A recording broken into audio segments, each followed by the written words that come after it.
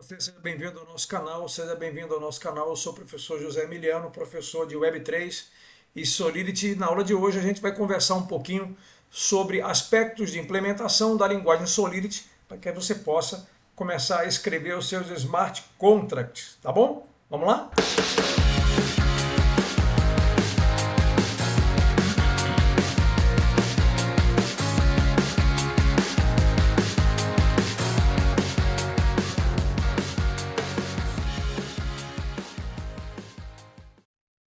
Ok, então, seja bem-vindo ao nosso canal. Vamos continuando. Se você é novo por aqui, dê uma olhadinha nos nossos vídeos que nós temos publicados e, digamos assim, você vai acompanhar a nossa jornada de aprendizado que já tem algumas semanas, tá? Nesse curso gratuito. Então, divulgue aí para os seus amigos, para os seus colegas que querem aprender um pouquinho mais sobre a Web3, tá? E a linguagem de programação Solidity, que é a linguagem utilizada nesse universo deslumbrante aí que está se descortinando, tá bom? Então, eu sou o professor Emiliano da Web3 Academy e é bom ter você conosco nessa jornada de aprendizado.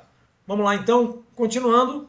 Na aula passada, nós falamos sobre a máquina virtual Ethereum, tá? Então, nós comentamos que desenvolver para a blockchain, desenvolver para a Web3, na verdade significa escrever um smart contract, que é um programa on-chain, né? É um programa que eu publico na blockchain, ele não fica armazenado como se fosse uma aplicação Web 2, né? O meu back-end ele é a própria blockchain, tá? Então eu tenho a minha aplicação de front-end, eu tenho o meu back-end, o meu smart contract, e eu faço o deploy desse smart contract em um endereço de blockchain, e isso acaba, digamos assim, executando nos nós da Ethereum, que eu tenho hoje em torno de 12 mil nós, tá? Que rodam a blockchain inteira, que tem mais ou menos 1,5 TB de tamanho, é o tamanho aproximado da blockchain da Ethereum, tá bom? Uma coisa que é importante, falamos isso também nas aulas anteriores, é que para que eu publique um smart contract, eu preciso remunerar os validadores ou mineradores. No caso do Bitcoin, eles são chamados mineradores, mas aqui, como a gente está falando aqui de Solidity, eu estou trabalhando com os meus validadores, então para que eu publique, eu tenho que remunerá-los, então isso tem um custo elevado. Daí, saber criar um smart contract e fazer um smart contract bem feito é primordial para que eu faça isso de forma econômica. Por isso que a gente perde um pouquinho, na verdade, investe um pouquinho de tempo nesses aspectos de implementação que eu julgo que sejam extremamente importantes. Para nós, entender o que acontece ali na hora de fazer o deploy, ele é super importante. Como eu comentei na aula passada, fazer o deploy de um contrato com problemas é custoso, é caro e também é arriscado. Então, aqui a gente vai procurar colocar isso de forma bastante clara e simples para vocês, tá bom? A primeira coisa que eu tenho que entender quando eu pretendo criar um smart contract é que ele tem que ter uma coisa chamada eficiência financeira. Ou seja, eu tenho que criar um smart contract e eu não posso deixar com que ele seja gigantesco.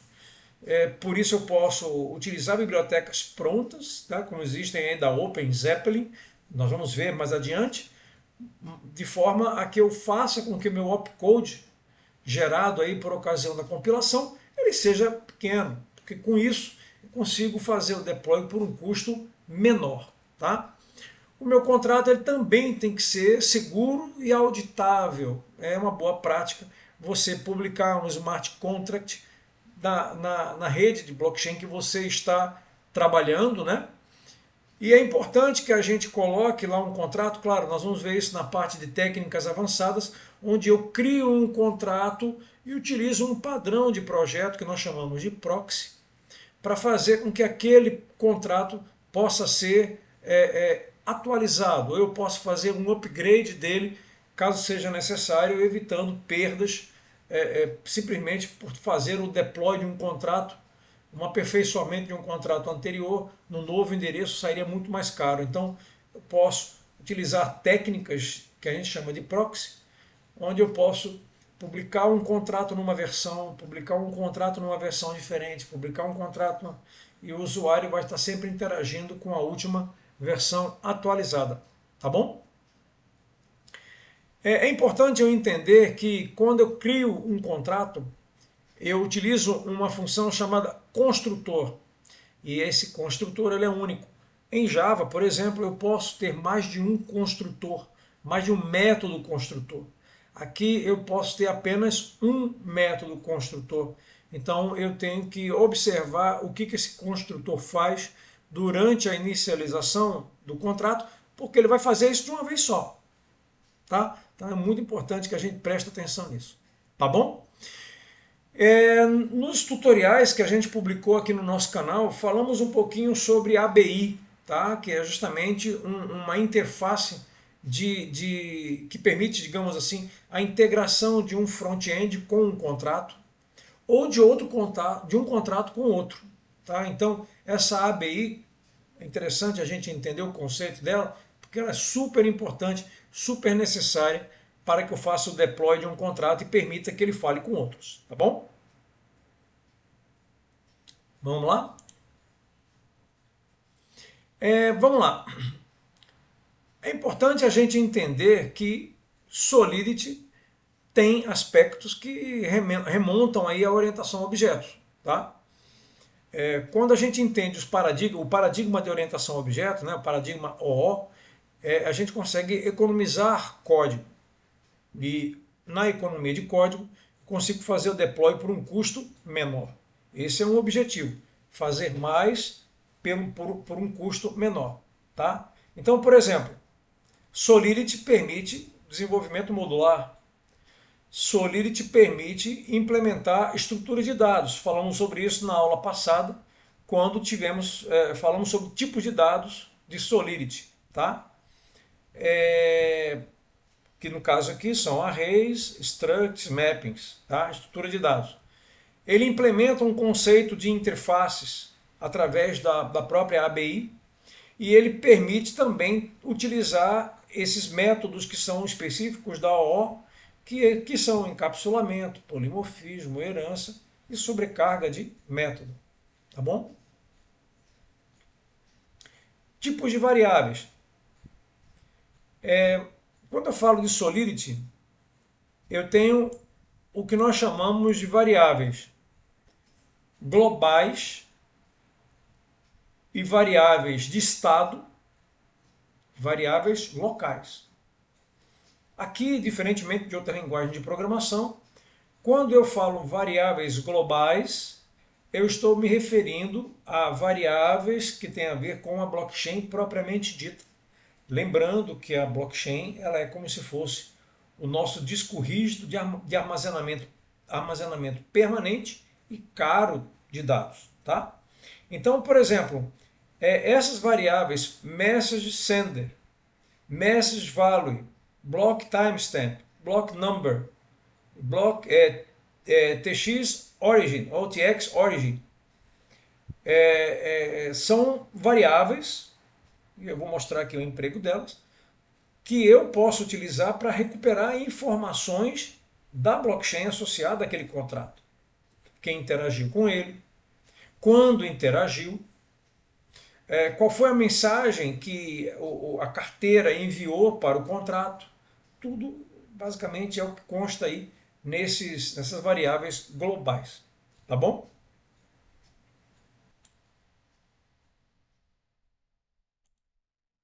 As variáveis de estado são as variáveis do contrato. São variáveis que, para que eu modifique o valor destas variáveis, eu tenho que pagar por elas. Para ler, eu não pago, mas para alterar o valor, é necessário fazer uma transação para que esses dados sejam persistidos na blockchain e por isso eu devo remunerar os validadores. Por essa razão, a minha wallet ela abre lá meu MetaMask para que eu pague por aquela transação. Aí vocês vão dizer, poxa professor, mas a aplicação Web3 é só pagar, pagar, pagar? Claro, você não vai pagar $20, você vai pagar uma taxa pequena para registrar o dado numa blockchain de forma permanente e imutável, algo que vale muito a pena. Tá?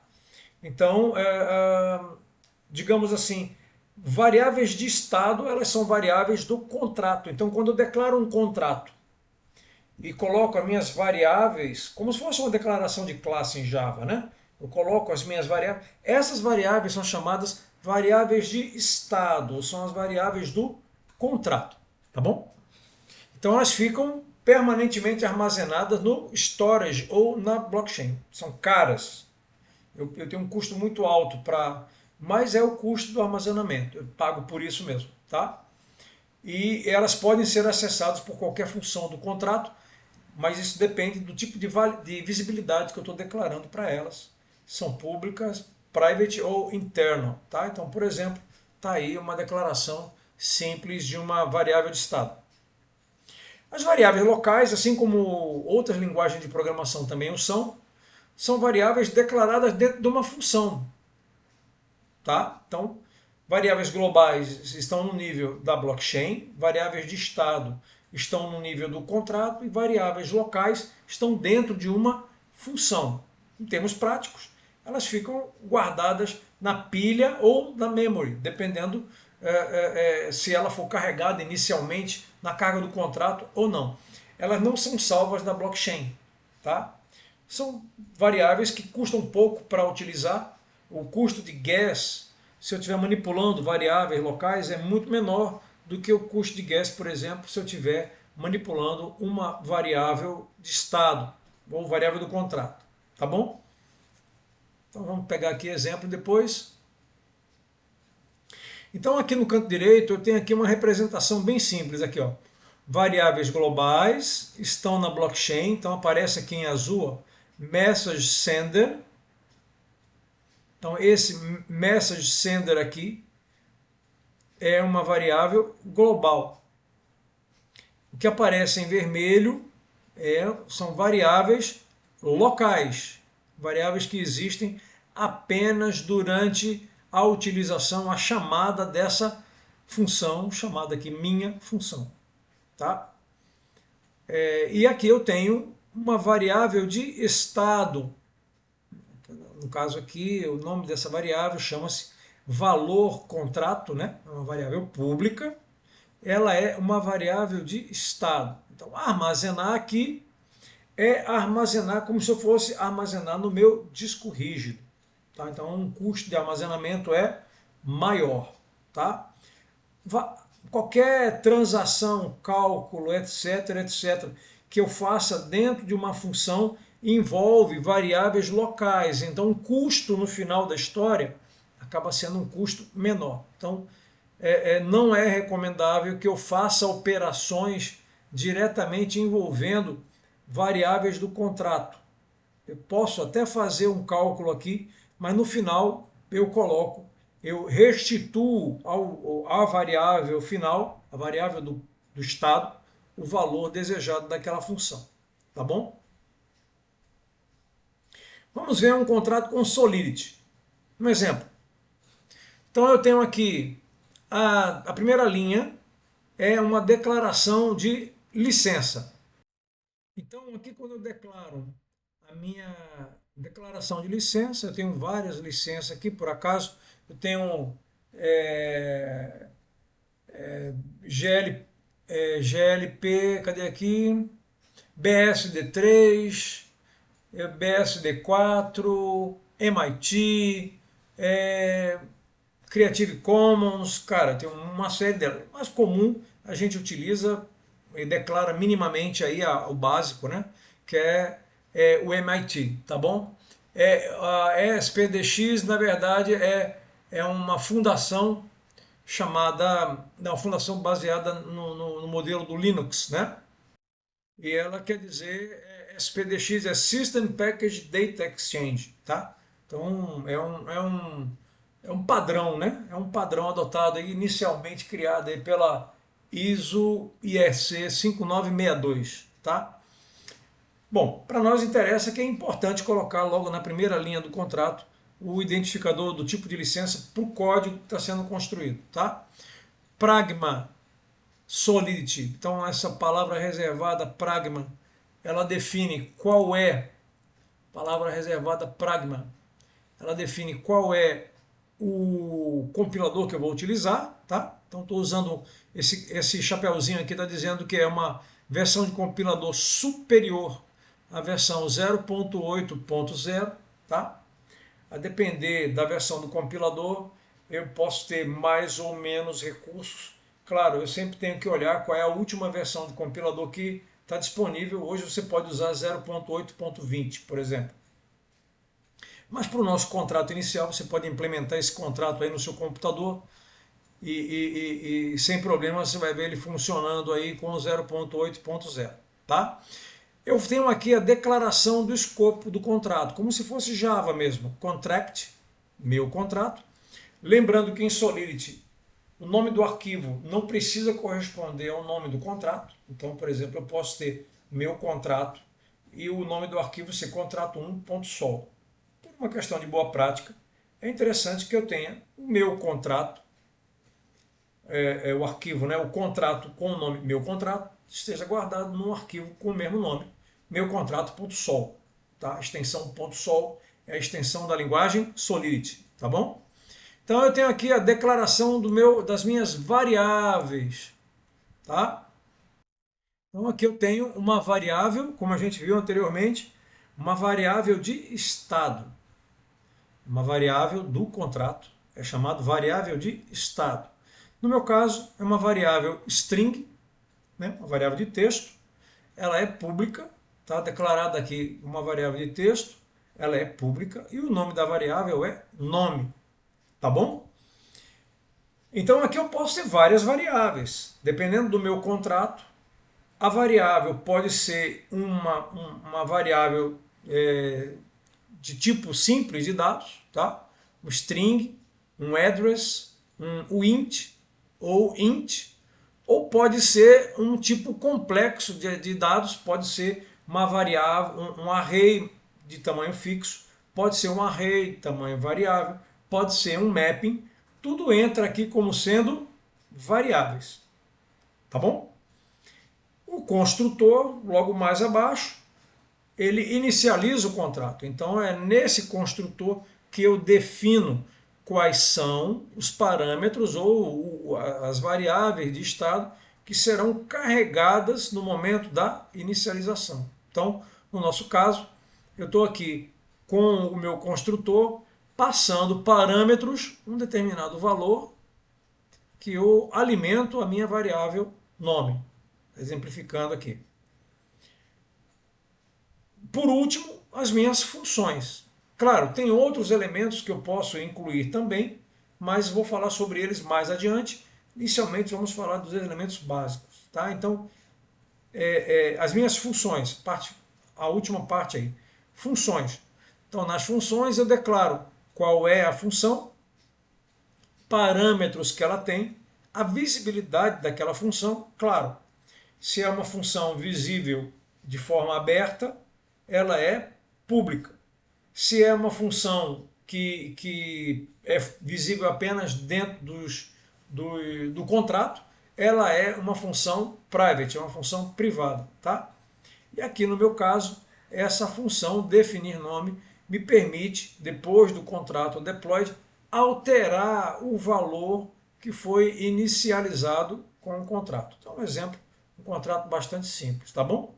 Mas esse exemplo aqui visa mostrar o que é a variável de estado, tá aqui, ó, variável nome é uma variável de estado.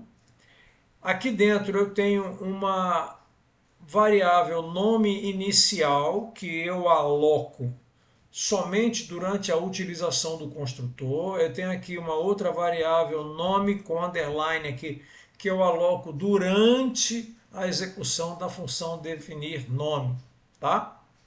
Então são variáveis locais. Outro exemplo, então vamos ver aqui.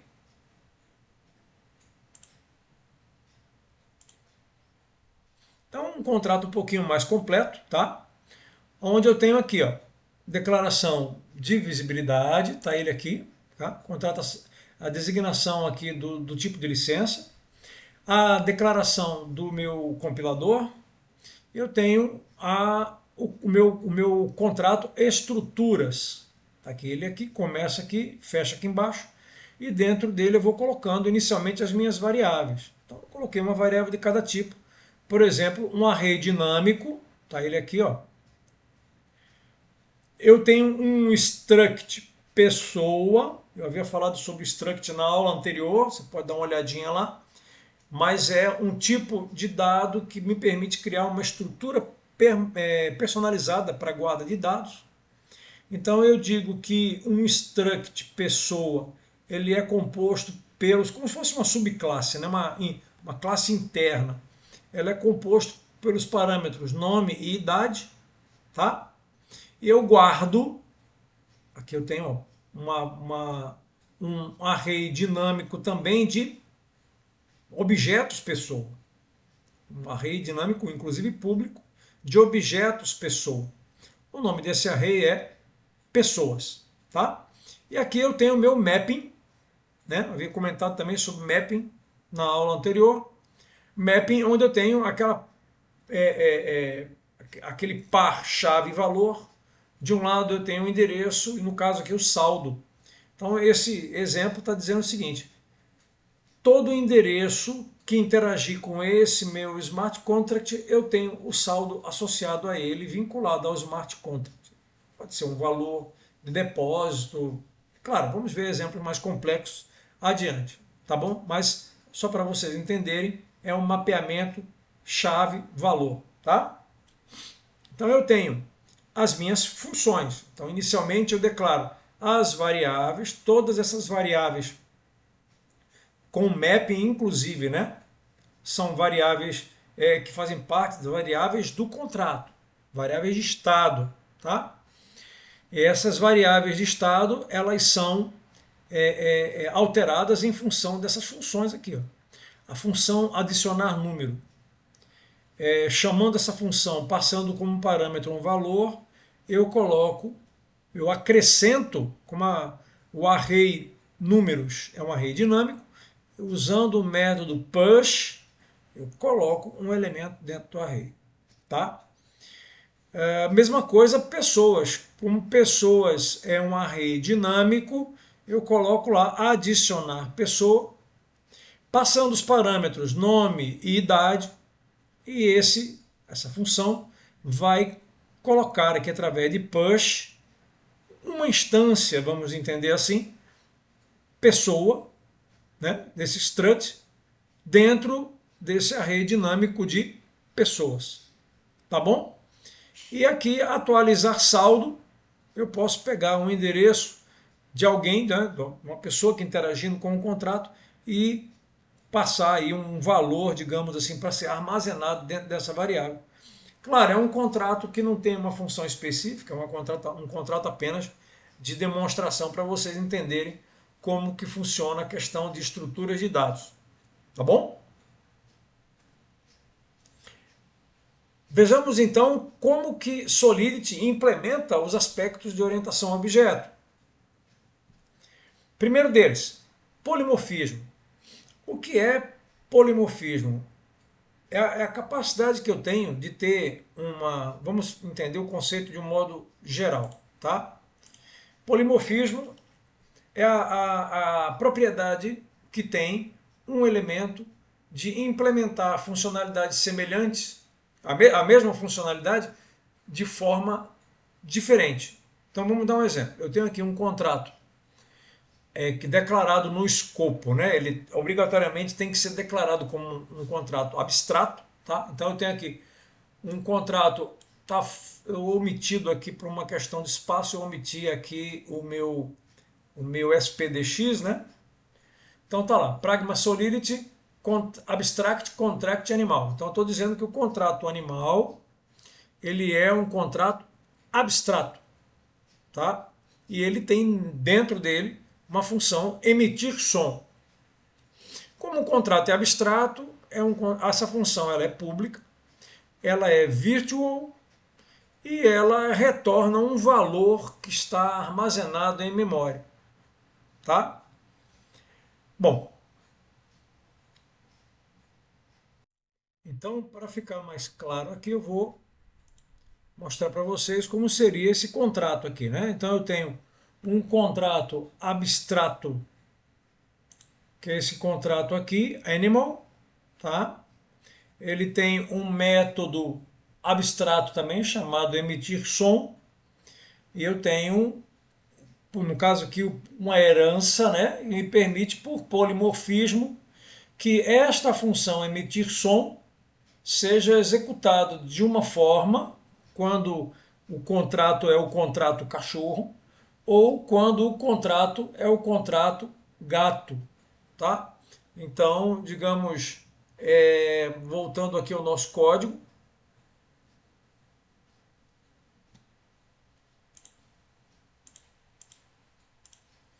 então observe que o contrato abstract animal, eu estou dizendo aqui ó, que o contrato cachorro is animal. Então eu estou fechando aqui a minha herança, tá? E aqui, por conta dessa herança, esse emitir som é o mesmo, é a mesma função, a mesma assinatura de método, só que ela executa de uma forma. E observe que gato, tá? Gato, cachorro is animal, gato is animal, tá? Então são aqui, né? Cachorro como por herança is animal, gato por herança is animal, e o método implementado emitir som por eles, né? Por herança, eu tenho aí o polimorfismo, né? A implementação prática desse método é diferente, tá bom? Então aí eu já mostrei duas questões, né? Primeiro a herança, né? E o polimorfismo decorrente disso. Encapsulamento. Eu obtenho encapsulamento por meio da ocultação de variáveis. Então eu tenho aqui variável private. Então a variável encapsulada. Então se eu quiser acessar um valor, eu declaro uma função que vai acessar o valor daquela variável. Tá bom? Polimorfismo, encapsulamento, herança. Então, herança, nós também falamos sobre ele quando conversamos sobre o polimorfismo, né? Então tá lá o contrato pai e o contrato filho is pai. Então o is está dizendo que o meu contrato tem um herdeiro.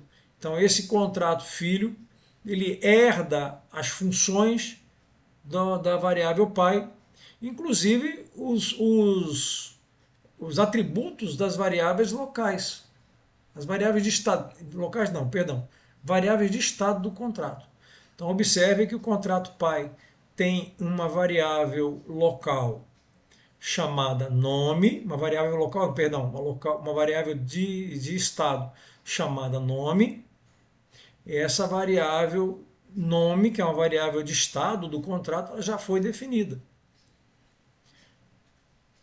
Então, eu não preciso, se eu for verificar no contrato filho qual o valor da variável nome, ela já está definida no contrato anterior, né, no contrato pai. Tá bom? Sobrecarga de método. Então, eu tenho sobrecarga quando eu escrevo no único contrato, eu tenho uma função somar, mas a assinatura do contrato não é a mesma. Observe que aqui o somar tem 2 parâmetros, aqui o somar tem 3. Tá? Então, a gente chama que existe sobrecarga quando eu tenho funções com o mesmo nome, mas os parâmetros são diferentes. Resumindo, a linguagem Solidity é a linguagem utilizada para escrever os nossos smart contracts, tá?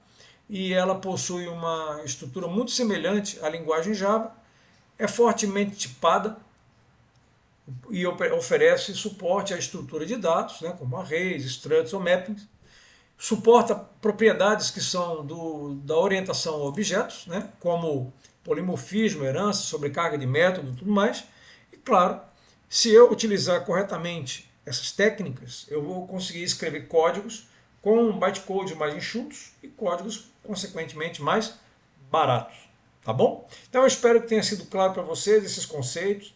Para alguns, conceitos novos, para outros é uma revisão de alguns conceitos anteriores relacionados aí à orientação a objeto. Tá? Então, a aula de hoje a gente fica por aqui. Tá? Agradeço aí por por ter você conosco, ter participado aí das nossas aulas, ter acompanhado. E eu queria finalizar, aproveitando a oportunidade, falando aqui do meu livro chamado Civilização Codificada, tá? É um livro bem interessante que fala sobre a Web3 como a linguagem para o bem viver. A gente entende que a Web 3.0 ela é uma questão disruptiva, porque ela devolve para o usuário a propriedade sobre seus dados, ela tira das grandes corporações a propriedade que eles têm de fazer uso das informações que a gente disponibiliza o tempo inteiro. Então é uma literatura interessante, o livro tem um acabamento refinado, simples, com uma capa brilhante, tá? Com orelha. Então eu acredito que vocês irão gostar. Eu vou colocar aqui no link do nosso curso, eu vou colocar o link para a editora, você pode comprar e receber diretamente a sua edição em casa, tá bom? Então agradeço por terem acompanhado a gente até aqui. A partir daí, as próximas aulas, a gente vai explorando os conceitos aí de orientação a objetos e vai colocando em termos práticos a construção de exercícios práticos para vocês irem praticando aí o desenvolvimento dos smart contracts. Espero que tenham gostado. Se você gostou, recomende, clica aí, assina aí o nosso canal, marca o sininho para receber notificações e até a próxima aula. Valeu, obrigado!